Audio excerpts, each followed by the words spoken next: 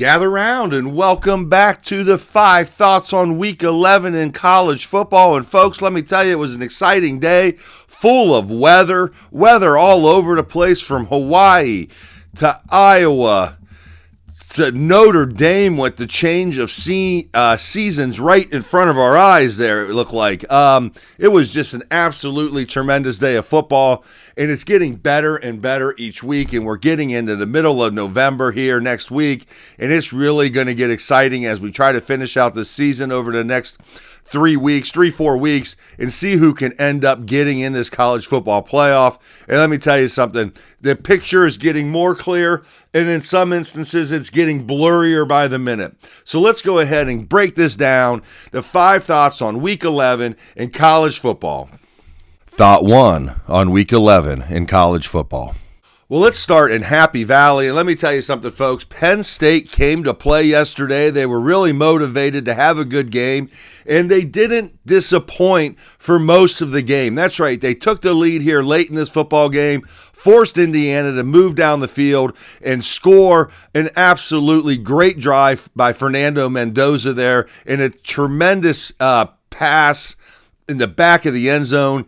But really, it was a much better catch. I mean, what an absolute masterpiece that was. The way they got the foot down in bounds just before stepping out of bounds. So it was absolutely tremendous. What a great drive. But up until that point, I think what we saw with Indiana is when they play teams that have similar offense and defensive line talent. So matchup talent in a game. We've seen this now in Oregon. We've seen this at Iowa. And now we've seen this at Penn State. Indiana struggles when they have to play against a defensive line who has better players than their offensive linemen. And that showed yesterday. There's no question about that. We had, what Fernando go? 19 of 30, 218 yards, 1 TD, 1 interception. And the last pass there on the end of the game was the touchdown that he threw. So really workmanlike up until that point. But you got to give it to Penn State. They really came out with a game plan. Jim Knowles put something together that slowed down their offense for sure. Grunkemeyer didn't have a bad day. He actually played about the same as Fernando Mendoza there at Penn State. What was he, 22 of 31 for 219 yards and a TD. Not a terrible outing for him in his second true start and third game overall that he's played. So overall here, I think Indiana showed, that they are just a normal football team here. They're not some kind of, we're beating everybody by 30 points, because now that we have 3 games under our belts that, again, they're playing similar matchup competition, similar quality of players on each side of the ball. And, they struggled here to win at Penn State. They struggled to win at Iowa and quite frankly should have lost that game more than likely. And, they played well at Oregon, but it wasn't a blowout by any means, a 10-point game. So overall, really good, win for Indiana here on the road at Penn State. As Penn State's not a great football team, but they still have talented players on that roster, and they came out and they played inspired yesterday. So great work there, Penn State. Indiana's got 2 games left here in the season that they should have no trouble rolling up on those 2 teams and getting themselves ready for the Big Ten championship game, which by all accounts, it looks like it's going to be Ohio State right now. And the question then for Indiana is, how are they going to stop Ohio State's front 7, their defensive line and their linebackers with that offensive line? How are they going to manage that? Another thing yesterday, Liza Surratt was out there for Indiana, so that is one of their big weapons offensively, and he did not play. So overall, not the win I thought Indiana would get over there at Penn State, especially after seeing how Penn State played last week against Ohio State's defense, but still a great victory in the fact that they went on the road. They played a team that, although not great, still very similar talent level. If not, Penn State may be better talent level on the interior and defensive line. We'll see as the drafts and stuff come out and how these players play moving forward and in the future. But overall, a solid victory for Indiana. I don't know that it's going to move them up and down in the rankings yet. We'll see. I'll come up with that here in the next couple of days and let you know. Thought 2 on Week 11 in college football. All right, let's look at the game that happened last night in T-Town. That's right, Tuscaloosa, Alabama. Another team that had a lot to play for in LSU for just heart and all of that. How are we going to finish this season is what I was thinking LSU was going to say. And let me tell you something. Garrett Nussmeier, at the end of the day, is just not a good quarterback, folks. If you're an LSU fan or SEC fan or just a fan of college football, we were sold a bill of goods at the beginning of the year that a lot of us didn't believe because we watched Garrett Nussmeier play last year, and this guy's just not good. I mean, he's not an NFL prospect. He's not even a college football prospect. That the way he handles and secures the ball, turns the ball over just too many times. This guy is just a walk-in mistake. They finally pulled him out there in the third quarter and replaced him with Van Buren, which gave some spark to the offense, but it really wasn't enough to beat Alabama here in a game that Alabama was clearly beatable in. There's no question about that Alabama could have been beat yesterday if they could have just put anything up offensively, but LSU just had nothing for it. And the bottom line here is Alabama, gets a pedestrian win at 20-9 against an LSU team that quite frankly, is just depleted talent-wise on the defense, and they still couldn't move the ball against this team, and it's kind of disappointing. Ty Simpson was, what was Ty? He was 21 of 35, 277 in a TD, so, pretty okay day, I guess, overall. He missed quite a few open receivers. One that I can remember, he had a guy wide open down the left side of the field and just completely missed him. Alabama's rushing game is absolutely dismal right now. 56 rushing yards yesterday. Not good at all. They do have a solid receiving core in Bernard Horton and obviously Ryan Williams, who made that great catch, were extended up in the end zone and caught that touchdown. But I'm really getting concerned here as we look at 2 of the next 3 games on the Alabama Crimson Tide schedule is Alabama and Auburn. Now, they're going to Auburn. They have Alabama at home. The real question here is, against Oklahoma, they're not going to be one-dimensional like you were yesterday against LSU and win that football game. Oklahoma's defense, they can shut down the run, and then if they can't run the football and Alabama becomes one-dimensional, even with the receiving core that they do have, which is great, they're just not going to be able to move the ball that well against Oklahoma. Ty Simpson's deficiencies yesterday and hitting open receivers really showed, and that's not a good sign going into next week's Oklahoma game. Oklahoma's on a bye week. They sat and watched that game and took notes and notes and notes, and I can guarantee you they saw a lot of things that they could do in that football game next week to Alabama to really slow down that offense.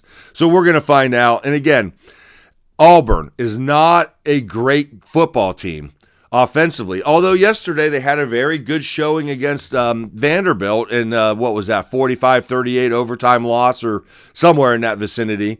But Auburn showed a lot of heart in that offensively, but the defense for Auburn is really, really solid. And although yesterday they gave up 45 points, I don't think at the end of the year in Jordan Hare, when Alabama comes rolling in, I think they're going to be ready to go defensively. Now, can the offense score much like LSU yesterday? I don't know. We're going to find out. Obviously, it's going to be a great thing to see there Saturday after Thanksgiving. But really, I'm really concerned that Alabama's offense just isn't explosive enough to get into the playoffs and make a run the way they looked yesterday. Now, we'll see how they look against Oklahoma, and then we'll see how they look against Auburn. And then, obviously, if they win those 2 games, they're going to be in the big in the SEC championship game.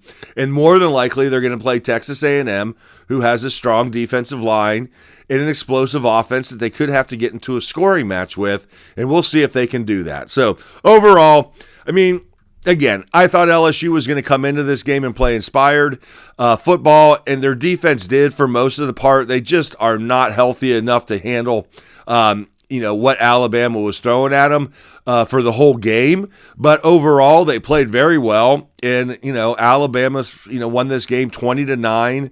I thought they'd at least cover, and they didn't cover the 13.5. So we'll see how Alabama improves going into next week, but I think it's going to be a very dangerous game for Alabama playing Oklahoma next week, and that Oklahoma defense coming off of a bye week. Thought 3 on Week 11 in college football. All right, let's look at the ACC and what another weekend of mess that they got into, and this could be really, really devastating for the ACC, as they may not even get a team into the playoffs if the right dominoes don't fall here. And really what I mean by that is we had Virginia lose yesterday to Wake Forest. We had Louisville lose in overtime to Cal. And I like Cal. I think Cal's a good football team, but Louisville had to win that game yesterday, and they just couldn't do it in overtime. Cal got stop after stop, late in the game when Louisville should have been able to put up the winning touchdown, but they just couldn't do it. We saw Duke go on the road and play a non-conference foe in UConn, and yes, Jim Mora there at UConn is building a program. I really like what he's doing there, but the bottom line here is Duke needed that win, and they didn't get it. Again, it was an out-of-conference game, so it doesn't affect their conference standings. Georgia Tech was off. I think Pittsburgh was off yesterday too. Pittsburgh's got Notre Dame coming up here next week, and then they go to Georgia Tech.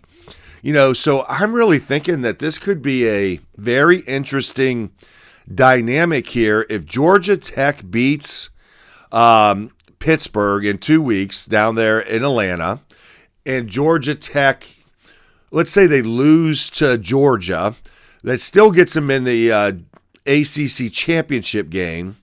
With the loss of Pittsburgh losing to Georgia Tech, that still looks like it's going to put Duke in the ACC championship game too, the way it looks right now. We'll see how things shake out. But if all of a sudden Duke beats Georgia Tech in the ACC championship game and is sitting at 9-4 on the season, I just don't see any way that they're going to put an ACC champion at 8-4 and probably not even ranked ahead of potentially 2 Group of 5 conference champions, and that could be the American Conference champion. That could be James Madison. That could be the Mountain West Conference champion, even though last night Hawaii just absolutely suffocated San Diego State and beat the heck out of them. And San Diego State needed to win that football game and then beat Boise State in a couple weeks. UNLV got a win last night against Colorado State. But the bottom line here is, back to the ACC, I mean, if you're an ACC fan and you want to see a team get into the playoffs, I think your only bet here is to have Georgia Tech, beat Pittsburgh, and then first they got to beat Boston College, then beat Pittsburgh, and then go in and somehow beat Georgia, which is absolutely possible. There's no question about it. That can occur. And then win the ACC championship game over a team like Duke. And then Georgia Tech can get into the playoffs. But I think if Georgia Tech loses another game and somehow Duke ends up getting in the ACC championship game, which is a really strong possibility, you could end up with the 3 or 4 loss ACC team. And again, I just don't think that team is going to make it to the playoffs.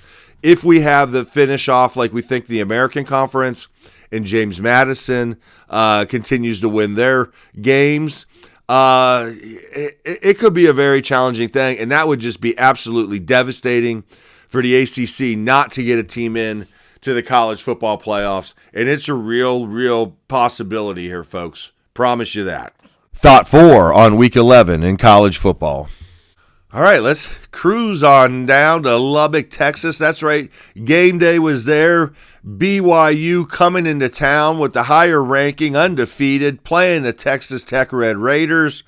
And let me tell you something, BYU did not show up to play yesterday, losing 29-7. And folks, it wasn't even that close in the end of the day.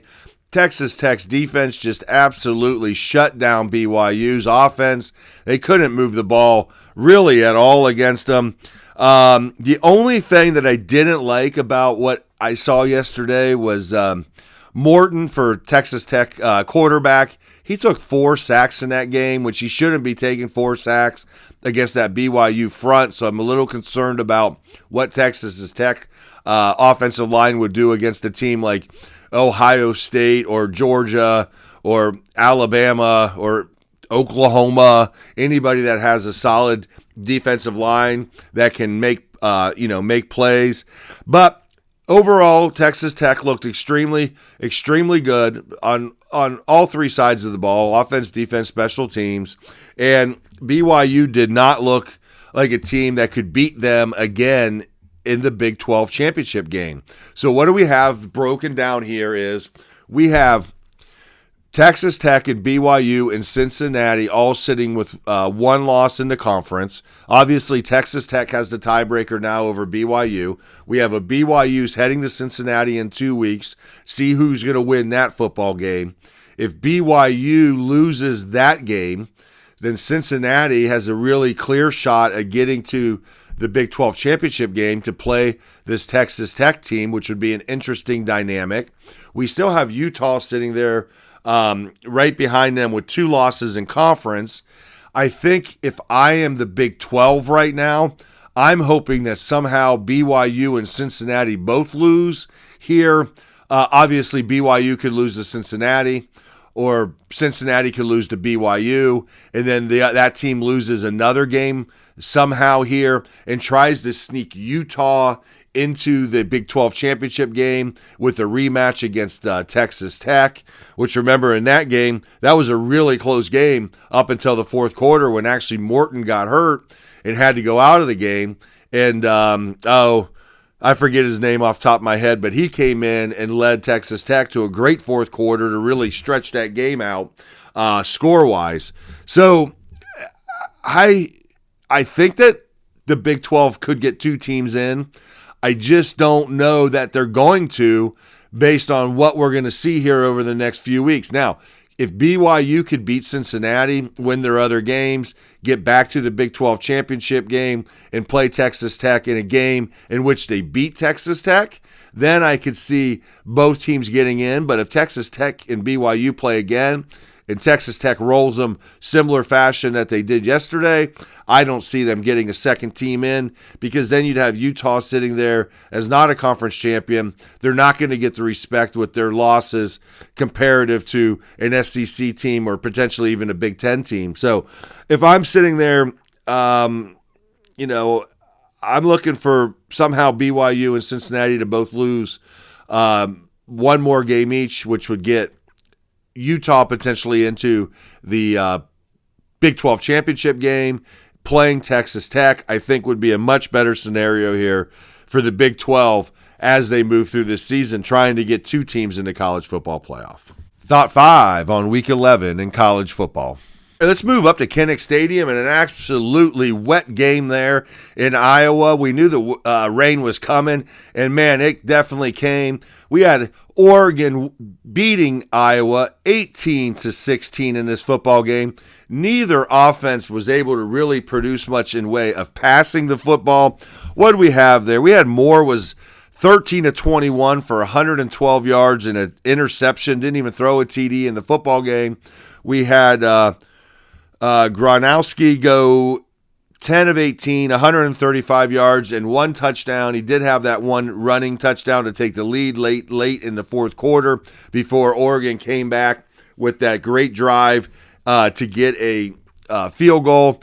We had Whittington running the ball, leading the rushing for the Ducks at 118 yards. Overall, the Ducks rushed for 261 yards in this football game, which was absolutely what they needed to do considering the weather that was coming down there. This is back-to-back games that the Ducks have played in pouring down rain conditions a couple weeks ago with Wisconsin, and then this week here at Iowa. So really at the end of the day here it was a heroic effort, especially by Mark Gronowski, to get that ball into the end zone, to take that lead at 16 to 15 at that point. I think it was, 16 to 15. And it looked like, the Iowa fans were going crazy. They were waving bye-bye to Oregon, but Dante Moore came out, and although he only completed 13 passes in the game, he completed that one pass that was down the sideline, defender on the player. He put it right here, the only place he could have put the ball to make that catch, and it was an absolutely tremendous throw overall. So, again, the Ducks win an ugly, messy game in ugly, messy conditions here. I'm not going to take a lot away from it other than the fact that it's a hard place to play, and you put the weather on top of it, it's even harder. And they got the win, and that's really what matters. They do still have to play, obviously, USC coming up. USC has to play Iowa this coming weekend. They do have to play Washington at the end of the season on the road at Washington. Washington laid an absolute egg yesterday against Wisconsin, losing 13-10 on the road at Madison. Just an absolute pitiful performance by Washington, and considering they finally jumped into the top 25 once the playoff rankings came out, and they couldn't hold it for even a week against a bad Washington team, or against a bad Wisconsin team.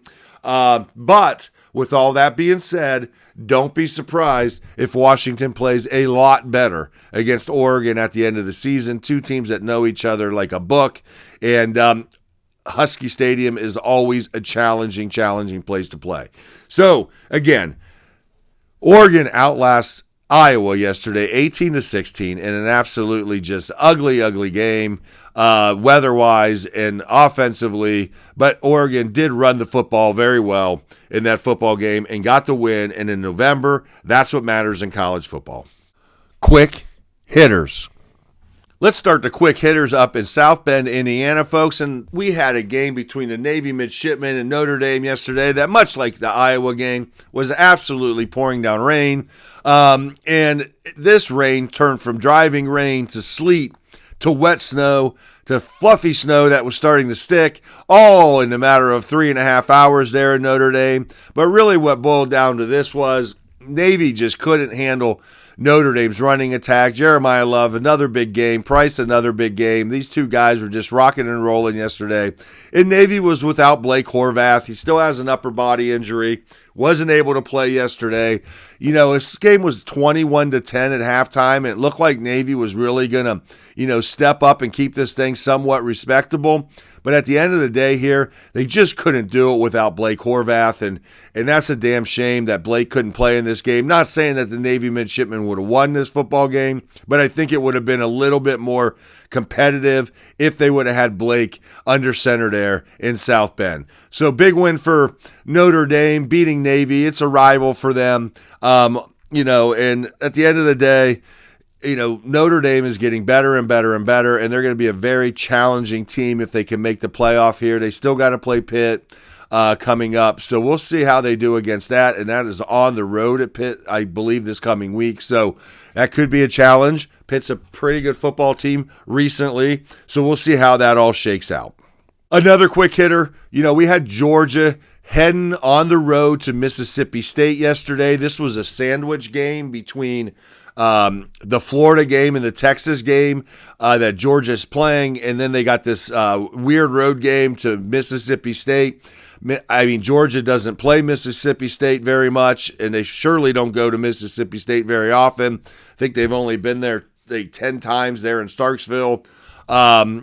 In the most recent, since the 50s or something like that. So not a place that Georgia goes to. It was a game that I thought was going to be closer than expected. I think Blake and Chapin and Anthony Evans and Brendan Thompson could have a decent game against that secondary of Georgia. But really, they just couldn't stop Georgia's pass rush. They were pressuring Blake all day. They couldn't get anything really going, and Georgia just went ahead and put the motor down, the pedal down, and just absolutely beat Mississippi State with no questions asked on who the winner of that football game was. So great win by Georgia considering what they were dealing with. Again, the sandwich game between Florida and Texas in a place that they're not used to going to. Cowbells driving you crazy. Bottom line here is that Georgia gets the win on the road, and that sets them up real nicely here heading into the next few games. We'll see if they can beat Texas.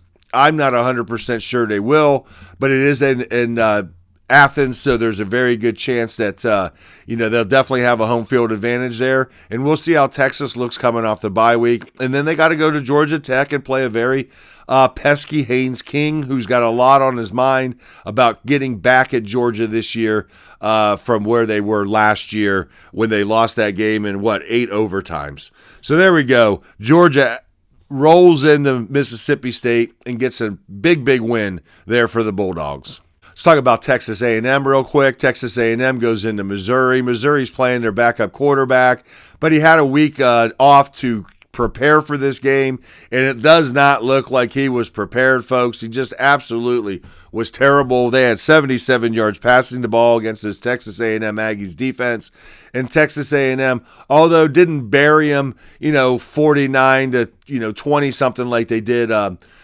LSU just a couple weeks ago, but they definitely got a comfortable win here. Missouri was never really in this football game. Texas A&M jumped out to a 14-point lead, and from there it was just a matter of time and how much Texas A&M wanted to win this football game. But Missouri was really no match, and without the Penn State transfer boo that got injured this year, this is not a Missouri team that's going to be pretty good. They do still have to play Oklahoma here in 2 weeks, so we'll see if they can get better. Oklahoma's going to Alabama next week, so that could be an interesting game in a couple weeks. But the bottom line here is Missouri just couldn't handle the Texas A&M Aggies, and the Texas A&M Aggies just keep on winning. That's all you got to do in college football. The Mountain West had a real good shot of getting a team in the college football playoff, and that would have been San Diego State. They were really dominating in playing well throughout the year. Again, they beat Cal and shut them out, and Cal just beat Louisville last night. Not that you can take away what happened a month ago and now, different football teams. But the bottom line here is San Diego State went into Hawaii, a team that just got, rolled last week against San Jose State. Not rolled, but defensively they couldn't stop San Jose State's passing attack at all. And San Diego State's not known for their passing attack. They're more of a ground and pound team. But the bottom line here is that they just got smoked by Hawaii. I think this thing ended up being, I don't remember the score off the top of my head, but it was 38-6. Not a good showing at all for San Diego State, a team that legitimately could have made it to the playoffs. So we're going to see how this Mountain West breaks down. We had Boise lose last week in a game they probably should have no business losing. We got UNLV still out here, shaking it up, trying to get there. Now we had San Diego State lose. So who could get to the Mountain West championship game, and maybe somehow, based on what I said about what could happen in the ACC, could the Mountain West get a playoff team in? Could they outlast the American Conference and James Madison to get a spot? I don't think so now, but we'll see how this all shakes out. I mean, Boise State lost their quarterback, and their backup wasn't very good, but we'll see how he comes out next week. I think San Diego State and Boise maybe play this coming week. So anyways, great win for Hawaii. Again, another rainy game here in Hawaii. So we'll see how this Mountain West shakes out. But at the end of the day, San Diego State really had a lot to play for yesterday, and they just did not play very well. All right, folks, well, there's our show for Week 11 recap, the 5 thoughts on Week 11 in college football. I hope you enjoyed it. We got a lot coming up. We got the release of the college football playoff. So I'm changing things up a little bit now that we're into the end of, I've been doing the Baker's Dozen long format show. So what I'm doing now is I'm doing a short 3-minute video on my Baker's Dozen instead of doing the long form. And then I'm going to do a reaction back to the college football playoff committee's poll, which would happen on Tuesday night. I'll react to that on Wednesday. So the Baker's Dozen short will come out on Tuesdays. The reaction to the college football playoff to see how my top 13 matched up to theirs, to their top 25 poll, and see where we had differences. Last week I was pretty damn close. I told you that, where we were going to be. I predicted the drop in Oregon all the way down to 9, which we hit dead on. So we're going to do this that way instead of doing the full-length show on the Baker's Dozen. So 2 small shorts. On Tuesday, we'll do the Baker's Dozen short. On Wednesday, we'll do the reaction to the College Football Playoff Committee's poll. We still will do the weekly predictor show. That will come out on Thursday. And man, it's just getting tougher and tougher to predict what's going on in college football. Nobody knows. Hell, even Vegas doesn't know. They've been missing some of these lines in some of these games by just a ton of points. It's just hard to predict what 18, 19, 20, and 21-year-old, 22-year-old kids, or Diego Pavia, 28-year-old kids, is going to do from week to week. Bottom line here is we'll still be bringing you good content. Be sure to stick around. Be on the lookout for those. The shorts will be out on Tuesday and Wednesday. We're on TikTok. We're on Instagram. We're on Facebook. We're on YouTube and obviously podcasts. Find, what you can find at each of those places. The long forms are only on YouTube, and the podcast, the shorts are on social media outlets. So I'm stumbling over my words here. So bottom line here is let's finish it up for today. Gather round in ALTT. We'll see you soon. Thank you.